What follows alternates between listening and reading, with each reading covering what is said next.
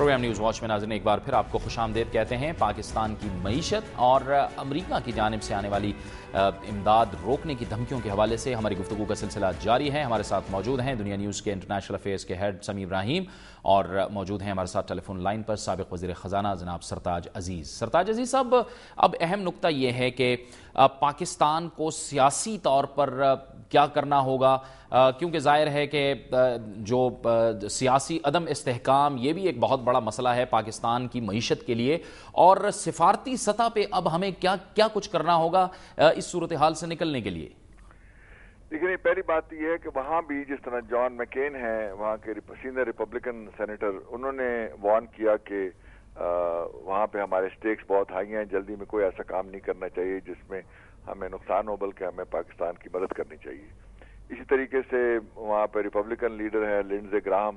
انہوں نے کہا کہ you can not trust them but you can not abandon them either, کہ ان کو پاکستان کو ابنڈن نہیں کر سکتے۔ تو اس میں اب جو مختلف رائے ہیں، دیکھیں کہ اس میں ایڈمنسٹریشن کیا رائے لیتی ہے، لیکن پاکستان کو صرف یہ باور کرانے میں کہ جی بس ہمیں پتہ نہیں تھا، اور ہمیں، کیونکہ وہ سوال تو یہ ہے کہ ہم انکمپیٹنٹ تھے، یعنی ہمیں پتہ نہیں چلا، یا ہم انٹرسٹ وردی تھے اور ڈپلیسٹی تھے جس میں ہمیں پتہ تھا اور ہم نے جان بوجھ کے اسے یہاں رکھا۔ تو اس پہ بحث تو ہوتی رہے گی، اور ہمارے یہاں اب آرمی چیف نے کمیٹی بھی بنا دی ہے، اور میرے خیال ہے پارلیمنٹری کمیٹی بھی بننی چاہیے، لیکن ہمیں اپنے کارڈز ہیں ڈپلومیٹک سطح پر، ان کو پوری طرح کھیلنا ہوگا، کیونکہ ہمارا تعاون جو ہے وہ ان کے لیے ضروری ہے۔ افغانستان میں جتنا اسلحہ یا مال ہے وہ پاکستان کے تھرو جاتا ہے تو خم کے روٹ، وہ اگر ہم تعاون بند کر دیں تو ان کے لیے بہت بڑی مشکل پیدا ہوگی، کیونکہ الٹرنیٹو روٹ ان کے پاس نہیں ہے۔ اسی طریقے سے اگر وہ جیسے پہلے بل آیا ہے کہ افغانستان سے 2014 تک نہ ٹھہریں، جلدی نکلیں، تو کن حالات میں نکلیں گے اور وہاں کیا کریں گے، وہاں بھی پاکستان کا تعاون بہت ضروری ہے۔ تو ہمیں یہ سارے جو پتے ہیں یہ میز پہ رکھنے چاہیے کہ آئندہ کی طرف دیکھیں۔ ہم نے جہاں تک انٹیلیجنس فیلور کا تعلق ہے، وہ تو آپ کے یہاں بھی 9/11 کا فیلور تھا، انڈیا میں بامبے کا فیلور تھا، کارگل کا فیلور تھا، وہ تو ہوتا ہی رہتا ہے، لیکن ساتھ آپ ہمیں بلیم بھی کر رہے ہیں جی کہ آپ کو ہم نے اس لیے نہیں بتایا کہ آپ اس کو بتا دیتے۔ تو اس قسم کے حالات میں یہ تعاون نہیں چل سکتا، اور آپ نے ہمارے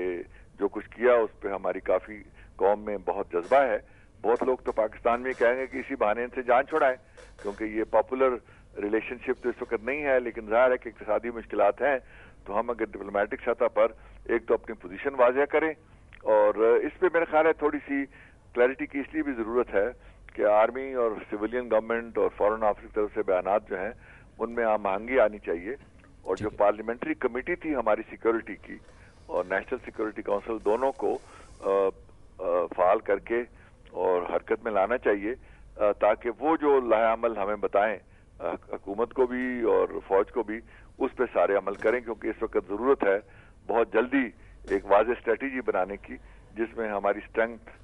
سامنے آ جائے اور ویکنس جو ہے اس کا اثر ذرا کم ہو۔ ٹھیک ہے، اچھا سمیع ابراہیم، 34,000 سے زائد افراد کی ظاہر ہے زندگیوں کا نذرانہ ہے، ان پورے 9-10 سالوں میں پاکستان کی طرف سے قربانیاں ہیں، $68 بلین کا نقصان ہوا ہے، اس کے باوجود اتنا عدم اعتماد ہے امریکہ کی طرف سے پاکستان کی ایجنسیز پر بھی، اور پاکستان کی ظاہر ہے جو کوششیں ہیں وار اگینسٹ ٹیررزم میں۔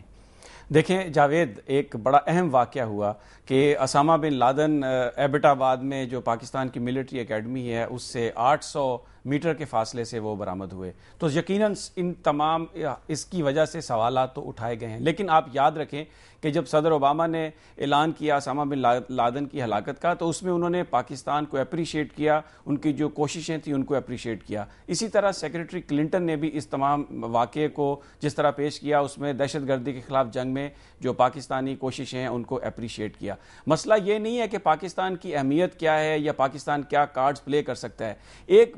واقعہ اس طرح سے ہوا ہے کہ اس سے بڑے سیریس سوالات نے جنم لیا ہے، اور میں یہ سمجھتا ہوں کہ ایک سیولائزڈ نیشن ہونے کی حیثیت سے پاکستانی حکام کا یہ فرض ہے کہ وہ پوری دنیا کو اس حوالے سے اعتماد میں لیں اور جو سوالات اٹھائے گئے ہیں ان کا بڑی ذمہ داری سے جواب دیں اور یہ بتائیں لوگ دنیا کو کہ اسامہ بن لادن کی سرپرستی پاکستانی اسٹیٹ نہیں کر رہی تھی. اب جہاں تک دوسری جو ہماری اسٹرینتھ کا تعلق ہے وہ تو موجود ہے اور اس جگہ پر ہم اپنا رول پلے کرتے رہیں گے. تو جو پاکستان کی دہشت گردی کے خلاف جو جنگ میں خدمات ہیں اس کو ایکنالج کیا جا رہا ہے. اب امریکہ کے اندر سے جو آوازیں ہاؤس آف ریپرزنٹیٹیو میں آ رہی ہیں یا سینٹ میں آ رہی ہیں تو اس کی ایک ڈومیسٹک کمپلشن بھی ہے جاوید. وہاں پر صدارتی انتخابات کی تیاریاں شروع ہو چکی ہیں تو وہاں پر بھی پوائنٹ سکورنگ کی جائے گی. اس لیے